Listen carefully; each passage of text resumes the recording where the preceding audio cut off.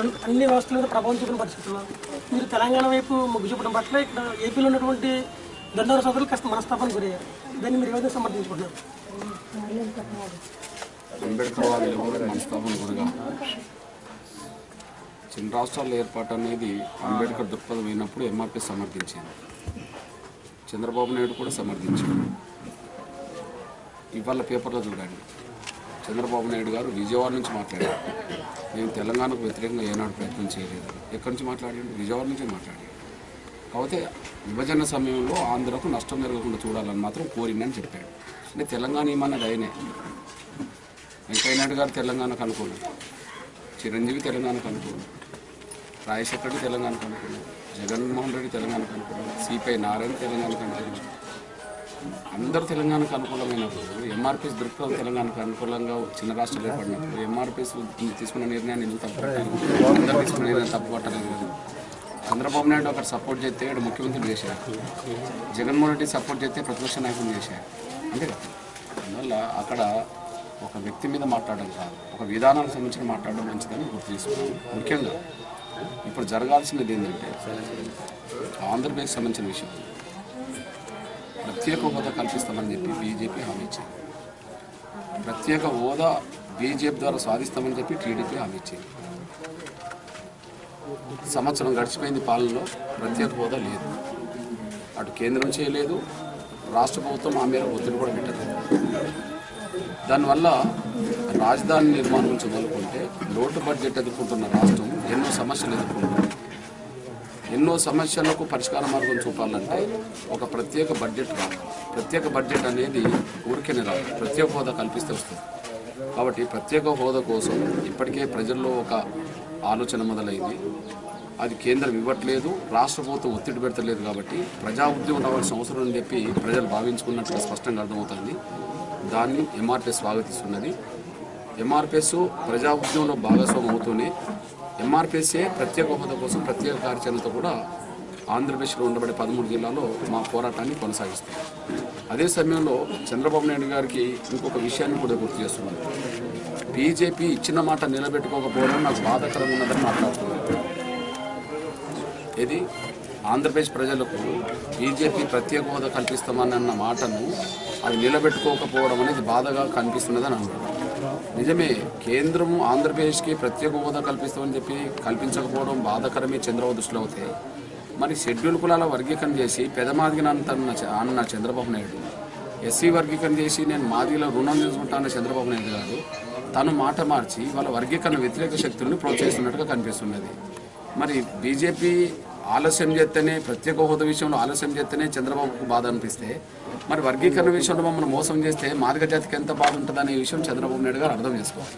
కాబట్టి బాధ అనేది నీ ఒక్కడికే కాదు, నువ్వు చేసిన మోసం వల్ల మాదిగ జాతి కూడా గురవుతుంటా అనే విషయం కూడా మర్చిపోదని గుర్తు చేస్తూ, రేపు ఢిల్లీకి వెళ్తున్నాడు కనుక రేపు ఢిల్లీకి వెళ్ళి బీజేపీ ప్రత్యేక హోదా విషయంలో ఖచ్చితంగా నేను నిలదీస్తానని అంటున్నాడు కనుక ఆ బీజేపీ ఒక ప్రత్యేక హోదా ఇస్తాననే కాదు, వర్గీకరణ చేస్తామని కూడా హామీ ఇచ్చింది. ఆ విధంగా బీజేపీ ప్రత్యేక హోదాకు హామీ ఇచ్చింది, నువ్వు ప్రత్యేక హోదా గురించి మాట్లాడబోతున్నావు.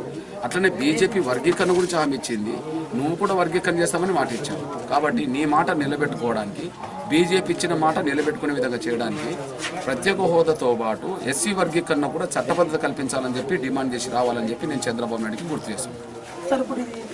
ఎస్సీ వర్గీకరణ అనే అంశం అయితే ప్రత్యేకించి రాష్ట్రానికి సంబంధించి కాదని పార్లమెంటరీ వ్యవహారం నుంచి మన గతంలో అనుభవం తెలియజేస్తారు.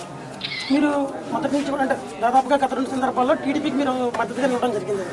అంటే కేంద్ర జాతీయ పార్టీల పట్ల మీరు ఎందుకు మొక్కు చూపించట్లేదు? అంటే ఇది పార్లమెంటరీ వ్యవహారం అయినప్పుడు మీరు టీడీపీకి మద్దతు ఇవ్వడానికి ఏ విధంగా సమర్థించుకుంటున్నారు?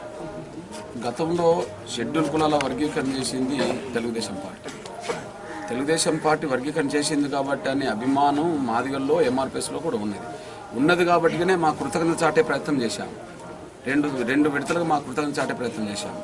చంద్రబాబు నాయుడు గారిని తెలంగాణ గడ్డ మీద అడుగు పెట్టనీయమని చెప్పి టీఆర్ఎస్ పొలిటికల్ చేసి వాళ్ళు అడుగున అడ్డుకుంటామని చెప్పి మాట్లాడిన రోజుల్లో చంద్రబాబు నాయుడు గారి పాదయాత్రకు రక్షణ కవచంగా మారింది ఎంఆర్పీఎస్.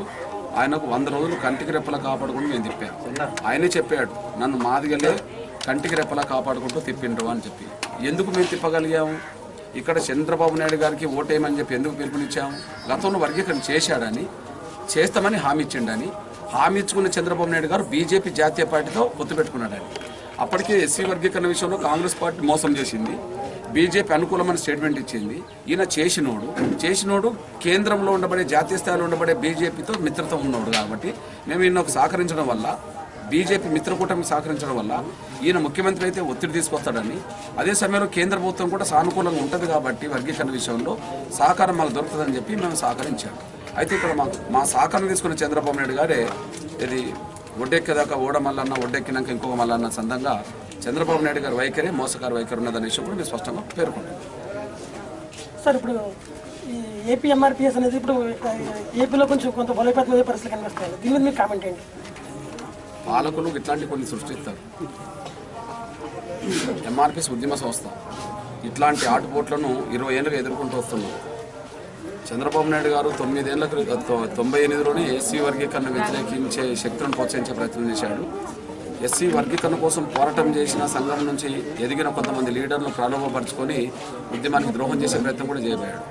20 ఏళ్ళుగా చంద్రబాబు నాయుడు ఆ పని చేసేపోయాడు, రాజశేఖర్ గారు ఆ పని చేయబోయాడు. ఇప్పుడు చంద్రబాబు నాయుడు చేసే ప్రయత్నం చేస్తున్నాడు, అక్కడ చంద్రశేఖర్ ప్రయత్నం చేస్తున్నాడు. అంటే ఎంఆర్పిఎస్ అనేది పాలకులకు ఎంత భయాన్ని కల్పిస్తున్నదో, ఎంఆర్పిఎస్ అంటే పాలక వర్గాలకు ముఖ్యమంత్రులకు ఎంత భయమో వాళ్ళు చేసే కుట్రలోనే అర్థమవుతుంది. ఇప్పుడు ఎవరైతే సంఘాలు పెట్టుకొని మేము కూడా ఇదని అంటున్నారో, ముందు వాళ్ళు నిలదీయాల్సింది ఎవరిని? ఇచ్చిన మాట నిలబెట్టుకోకుండా మోసం చేసే వాళ్ళని. మోసం చేసే వాళ్ళు నిలదీయాల్సిన వాళ్ళు మోసగారికే భజన పడేటట్టు భజన పనులు అవుతే అది ఎంఆర్పిఎస్ ఎట్లా అవుతుంది? ఎంఆర్పిఎస్ అనే పేరులో ఒకటి ఉన్నది, మాదిగా రిజర్వేషన్ పోరాట సమితి. ఇది పోరాట సమితే తప్ప భజన సంస్థ కాదు కదా. కాబట్టి వాళ్ళకు భజన పనులను చేర తీసుకొని భజన సంస్థలు ఏర్పాటు చేసుకుంటారు. మాది పోరాట సమితి, మొదటి నుంచి ఉన్నది పోరాట సమితి. పోరాటమే చేసి సాధించుకుంటాం. భజన సంస్థలు పెట్టుకుంటే సరే, గత 22 ఏళ్ళుగా మీరు ఎంఆర్పిఎస్ పోరాటం చేస్తూ ఉన్నారు. ఈ సుదీర్ఘకాల పోరాటంలో మీరు అంటే ఎటువంటి మార్పులు మీరు అంటే ఉద్యమపరంగా మీరు ఏం ప్రగతి సాధించారని చెప్పి మీరు భావిస్తున్నారు? ఒక విషయం, ఈ దేశంలో కుల వ్యవస్థ పుట్టింది 22 ఏళ్ళ క్రితం కాదు, దాదాపు 1000 సంవత్సరాల క్రితం పుట్టింది. 1000 సంవత్సరాలుగా ఈ దేశంలో, ముఖ్యంగా ఈ రాష్ట్రంలో మాదిగలైన మాదిగలు, మేము మాదిగలమని ధైర్యంగా గర్వంగా చెప్పుకునే సందర్భాలు ఏనాడు రాలేదు. మాదిగని చెప్పుకోవడానికి బాధపడ్డరు, సిగ్గుపడ్డరు, భయపడ్డారు. అట్లాంటి సిచ్యువేషన్ నుంచి ఇవాళ మాదిగలం అని చెప్పి గర్వంగా ధైర్యంగా రోడ్ల మీదనే ప్రదర్శన చేసే కాడికి వచ్చేసింది. అంటే 1000 సంవత్సరాలుగా తలదించుకున్న జాతి వాళ్ళ తలెత్తుకొని గర్వంగా జీవించే పరిస్థితి వచ్చిందంటే ఈ 22 సంవత్సరాల్లోనే. అంటే 2000 సంవత్సరాలు ఒకవైపు పెడదాము, 22 సంవత్సరాలు ఒకవైపు పెడదాము. 2200 సంవత్సరాలు ఒకవైపు తలదించుకున్నది, ఈ 22 సంవత్సరాలుగానే తలెత్తుకొని తిరుగుతున్నది. నాకు తెలిసి వచ్చే వర్గీకరణ ఫలాల కంటే మాదిగ జాతిలో వచ్చిన ఆత్మస్థైర్యం, ఆత్మగౌరవమే ఎక్కువ. మాకు ఇది ముఖ్యం. ఇది ఎందుకంటే మేము ముందు తలదించుకున్న జాతి ఒకసారి తలెత్తుకొని తిరుగుతున్నదంటే ఆటోమేటిక్గా సాధించుకోవాల్సిన పోరాటాలు చేసి సాధించుకుంటుంది. సాధించుకునే పోరాట కాలము దశాబ్దమా, 2 దశాబ్దాలా, 3 దశాబ్దాలు కాదు. కానీ మేము ముందు సాధించుకునేది మా ఆత్మగౌరవాన్ని సాధించుకున్నాం కదా, ఆత్మన్యూనత భావం మాలో పోయింది కదా, ఆత్మస్థైర్యంతో జీవిస్తున్నాం కదా. ఇది చాలంటున్నా నేను. ఇక సాధించుకోవాల్సిన వర్గీకరణ దాన్ని ఎట్టి పరిస్థితులు సాధించుకునేంత వరకు మాత్రం మేము ముందుకెళ్తూనే ఉంటాం.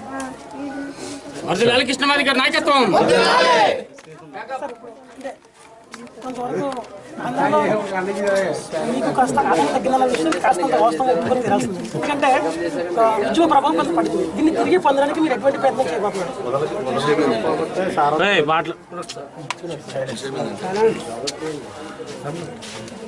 ఆంధ్రలో ఆదరణ తగ్గిందని మీరు అనుకుంటారు, ఆంధ్ర ప్రజల్లో నా మీద అత్యంత విశ్వాసం ఉన్నదని నేను అనుకుంటాను. అందువల్ల మీ అంచనా మీది, నా అంచనా మీది.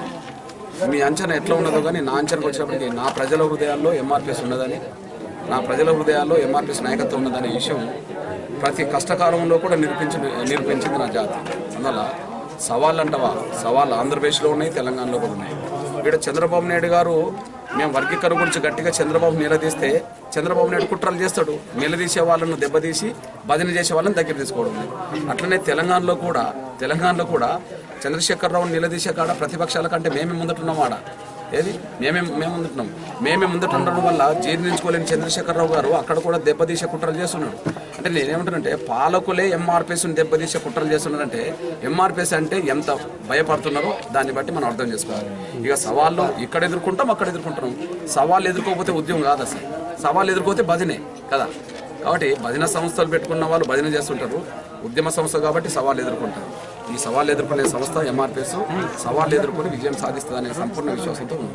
సార్ చివరిగా చెప్పండి సార్, అంటే ఇప్పుడు వరకు భవిష్యత్తులో మీరు మీ ఉద్యమ స్ఫూర్తి ఏ విధంగా ఉండబోతుంది, అంటే ఇంకా ఎన్ని రోజులు ఇంకా ఎన్ని సంవత్సరాల్లో మీరు మీ ఆశయ సిద్ధిని సాధించబోతుందని మీరు భావిస్తున్నారు? ఒక విషయం ఏంటంటే ఒక లక్ష్యం పెట్టుకున్న తర్వాత ఆ లక్ష్యాన్ని సాధించేంత వరకు అది ఏ దశ అయినా ఏ సందర్భమైనా పోరాటం చేయక తప్పదు.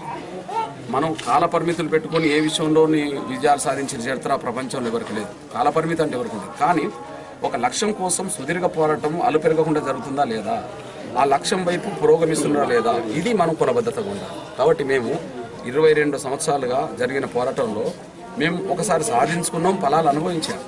సాధించుకోలేదని కాదు కదా, సాధించుకున్నాం, 5 ఏళ్ళు ఫలాలు అనుభవించాం. 5 ఏళ్ళ ఫలాలను చూస్తే 50 ఏళ్ళకు సమానమైన విద్యా ఉద్యోగ అవకాశాలు మేము పొందగలిగాం. అయితే కేంద్ర ప్రభుత్వం దృష్టిలో ఎప్పుడైతే రాష్ట్ర ప్రభుత్వం చేసిన వర్గీకరణ చెల్లదని చెప్పి సుప్రీంకోర్టు ద్వారా కొంతమంది మానవ స్వార్థపరులు అడ్డుకుంటారో, కేంద్రంలో ఉండబడే సమస్యను బయటకు తీసుకోవడం కోసం తపనతో ఉద్యమం చేస్తున్నాం. ఒకసారి శక్తి మాది పెరుగుతుంటుంది, ఒకసారి శత్రువుల శక్తి అధికమవుతుంటుంది. కాబట్టి శత్రువుల శక్తి అధికమైనప్పుడు కొంత ఆలస్యం అవుతుంటుంది. కాబట్టి మేము మరింత శక్తిని కూడా కట్టుకొని శత్రువుల శక్తిని ఢీకొని మేము సాధించుకోవాల్సిన అవసరం ఉన్నది. ఆ సాధించుకునే పోరాటంలో నిమగ్నమై ఉన్నాం. Thank you.